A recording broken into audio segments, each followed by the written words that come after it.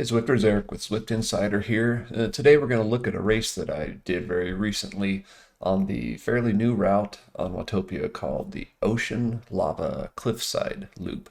They call it that because you start near the ocean, you go around the volcano, then you ride along the new Cliffside road. That's the Epic KOM bypass. It's a really cool road.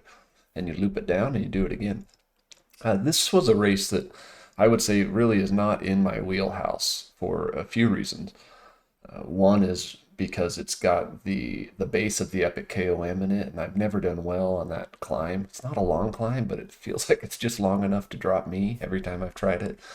It's also a HUDless race, which brings some new challenges to things. And for myself, when I use a lot of the data and the HUD elements to race smarter, makes it more challenging for me, but it also makes it more engrossing. So that's kind of got its own challenges as well. Going into the race, I looked at Zwift Power and it had me ranked, I don't know, somewhere around, let's say, fifth place. In terms of ranking points, I was probably about the fifth best racer in this. Given that there was a bit of a climb involved, I didn't think that I would place even that well. I was just hoping to hang in the front group all the way to the end to survive that long. That was really my goal. And I was able to do that, but I'm getting ahead of myself. So let's look at the race. I tried to consolidate the video as much as I could, just hit the high points. So I hope you enjoy it, find it instructive, and let's see how it all unfolded. Roll tape. With 10 seconds left on the countdown clock, I was ready to go. I'd already done a nice warm-up, kitted up in my pink Mert kit, and changed the color on my Tron to match it. I figured that the start wouldn't be too bad because riders would be planning on a hard effort going into the beginning of the reverse KOM. And I was right. It wasn't too bad of an effort. You can see we're sitting in here, and you've got a little bit of a climb at the beginning of this, heading over to the volcano. Nothing too substantial though. So early on here, what I'm realizing is I need to open up my companion app because that'll give me a view into the race, give me a view of the map, where I'm at on the map, and some numbers like speed and power that I'm not able to see on the screen right now. I'm also realizing that HUDless mode does not make for fun viewing for folks like yourself who are watching the race because you have a lot less data to see. You can't see the map, you can't see my numbers, you can't see the names of the riders around me. So I'm going to be skipping a lot of sections of this race and just hitting the highlights, trying to keep it simple and interesting for you. So here's the little climb up from the start-finish banner. Again, I just try to maintain a good position. I never want to be in the wind. I'm just trying to conserve because I'm not even sure I'll be able to hang with the front to the end of the race. So I'm going to conserve as much as I can for the hard sections. Sit 2-3 bikes from the front and just maintain a good position up and over this. The effort always eases right up here as we hit the intersection and turn towards the volcano, and things consolidate, and then we settle in for the next little bit before the dirty sorpresa.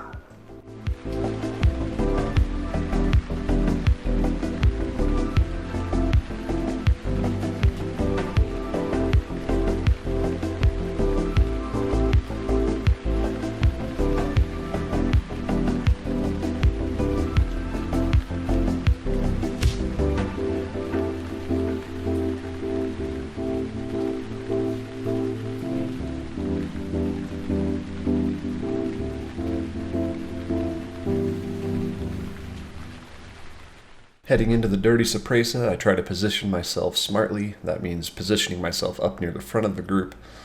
What this lets you do is you can kind of drop back if you have to. You can drop as the climb progresses, kind of ease your way to the back of the group, but still stay in touch with the group. So this is a common trick used outdoors as well as on Zwift to stay in touch with the group if you think that you're not the strongest climber and you might struggle on the climbs. So you can see there's some folks going up ahead a little bit. The group is lengthening out a little bit. But I'm actually able to stay near the front. The effort here wasn't as high as I thought it'd be. Last time I raced this was in a ZRL race with some very competitive Bs, and it was an entirely different experience. But here I just try to conserve, take it easy, maintain a good position up and over, and then it's conserve and recover for the epic KOM that's about to come up.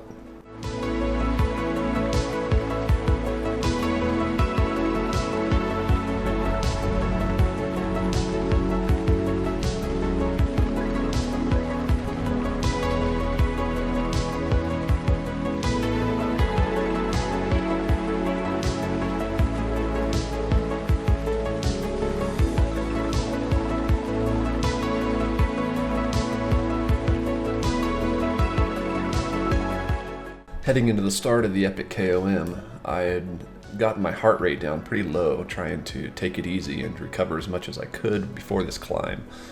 I knew this was going to be the key section, the key pinch point of this race, so I wanted to be as recovered as possible. I think other riders were thinking the same thing because the efforts weren't too high. But as we climbed this pier, which looks pretty flat, but it's actually kind of a false flat, 2%, 3%, the effort started ratcheting up as riders started to try to move to the front, and the group speed just kept on going up and up. So we're already working pretty hard here before the tarmac even began, and then the actual climb starts in earnest. So my goal here is to stay in touch with the front group. I'm willing to go all in order to do that, willing to blow up, because I know if I lose the front group, I've lost the race. So going in as hard as I can. I'm feeling pretty good here at the beginning. Now, reminder, this race has no power-ups, so I had no feather, nobody had anything to help them, so it's just your legs. Feeling pretty good, but then this front group starts to drift away from me, and riders start to come around me. This is never a good sign on a climb. So, trying to race heads up, reminding myself that this is the most important part of the race, I continue to hammer. I'm up out of the saddle, and I'm just trying to get in touch with that front group of about 10 riders. I know that it's strung out behind me, and I've got to go all in if I want any chance at a win on this day. Luckily, as it kind of flattened out a little bit, my pure watts, which I have more of than I have watts per kilo, my pure watts kind of kicked in. I was able to hammer a little bit, get back in touch with the group. But then you've got the second section of this climb where it pitches up around this right-hand corner, and then the climb just keeps on going, and this is rough because I'm always pretty winded by this point. Luckily, that was kind of the case with everyone else too. I was able to stay in touch. You can see the group's kind of coalescing.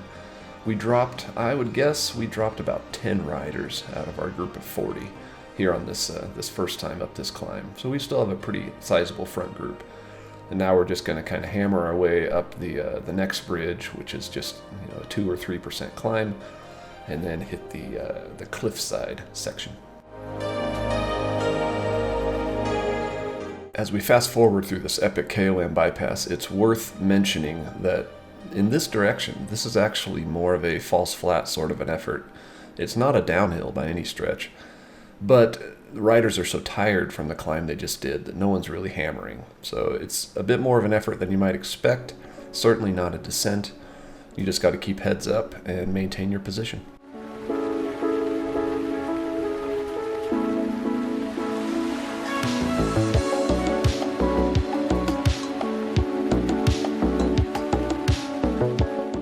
Crest this last little bump on the epic KOM bypass, and then the descent begins. And this is really a nice extended recovery section of the route. You'll descend down this bridge. You can actually super tuck on a lot of this, although I don't. But you can descend this.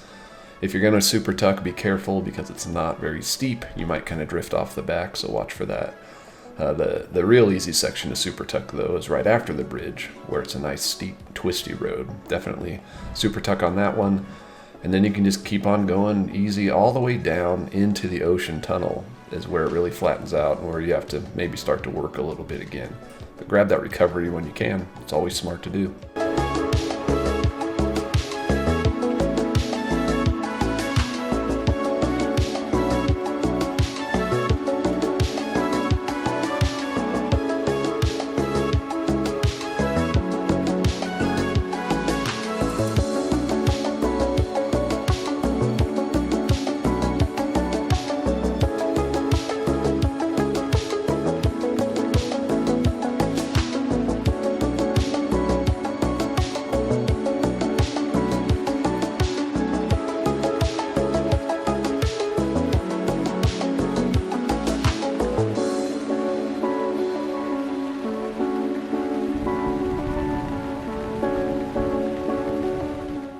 that's the first lap finished. It took us almost exactly 30 minutes to do that first lap, which means a 2-lap race like today's is going to last right at an hour.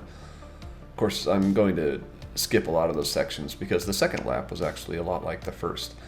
We hammered up the Dirty Sorpresa again, recovered, and then hammered up that beginning of the Epic KOM again. I was happy that I was able to stay with the front group. I honestly was not expecting to be able to do that today over both of the laps. But the really important part was the end. So let's skip to that and look at the final kilometer or two of the race. Let's look at the final 3 minutes of the race because those are always interesting in this direction. We had this one rider who had a TBR jersey who had gone off the front, and we just caught him here as I started talking here on this section.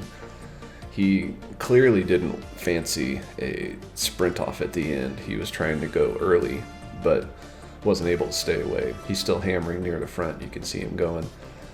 Now, often in a race, someone will attack here on this climb, on this ramp out of the Ocean Boulevard, try to go long. Nobody did this week, which was fine with me. I can take it or leave it. When someone does attack, I never chase it because I've never actually seen it work. You can do it maybe if you have a teammate who's willing to do a suicide attack with you on their wheel, but it's pretty rare that a single flyer attack stays away because you still got a good section of road between here and the finish line. That's a long way to go by yourself. So the group's just sitting in here, trying to take it easy as much as possible, sitting in the wheels. There's this little ramp right here where stuff ramps up even more. Again, it's never easy. You're always on the rivet here, from here all the way to the finish. It's pretty much a max effort. I'm trying to maintain a good position, and at this point, about when this right-hand turn comes, this is where I start to look for people who are jumping off the front, and I will try to jump on their wheels if they do it, because it's a good way to get a jump on the crowd. So you can see the TBR guy, again, goes for a jump early. He's on the front right now, and I'm watching him, but I don't think he's got what it takes to stay away. So I'm not quite going in all the way right now, but right about here is where it's time to go all in. You can see my avatar keeps standing and sitting, which means I don't have much of a sprint here because I'm just barely doubling my FTP in my sprint. And then the Z Sun rider flies around us. That guy timed it perfectly. Well done. And I finish what I thought was third place, but the results come up and it actually has me in second place in the Bs. That happens sometimes in Zwift. Usually I feel like it happens the opposite for me, that I get bumped down a place. But in this case, I got second. Happy with that. And there's the race. Second place with kind of a poor sprint at the end. Well, there you have it. My second place in my HUDless race on the Ocean Lava Cliffside Loop. This was the first time I'd ever raced this route, and it was actually a pretty fun route. And I have to admit, second place was a better result than I had thought I would get. I figured that climb up the base of the Epic KOM, that I would get dropped, that I wouldn't be able to survive that over 2 laps, because I don't think I ever have, as far as I can remember. But luckily it was, I guess, a small enough field that I was able to hang in there. By the end, I didn't have a whole lot of watts left in my sprint. I think I averaged 650, 700 watts for my sprint, which is well below what I can do when I'm fresh, but luckily nobody else was fresh, which is why I ended up getting second. Congrats to Luperd from South Africa, who was the Z Sun rider who beat me at the line. Well, he didn't even, that makes it sound like it was really close. He decimated the field with an amazing sprint at the end and took a very well-deserved first place. Overall, my thoughts on HUDless, I would say it's more challenging, and I would say it's less appealing to me the larger the group gets, because you aren't really able to track the riders very well at all. All you have to go on is the kit, and I guess the bike that they're riding, but mostly what you see is their kits. And it gets pretty confusing when you don't have any rider names to see at all, to link people up. It also makes it hard to do stuff like to see the rider who's sprinting up behind you at a very high speed when you don't see the orange numbers on the rider list on the right. You don't have a map showing, the positions of riders around you. It's hard to to know what everyone else is doing. That's especially important in the finishes and in the pinch points, like the short, punchy climbs. I think I really do like HUDless races though for smaller packs, maybe a little smaller than today's, maybe a pack of 30 or 20, which is what it ended up being at the end. So I guess I have nothing to complain about. Anyway, I hope you enjoyed the video, and I'm sure I'll be doing more soon. So subscribe to the channel and be sure to visit ZwiftInsider.com for all the latest on all things Zwift, and I will see you out on course. Thanks, everybody. Right on.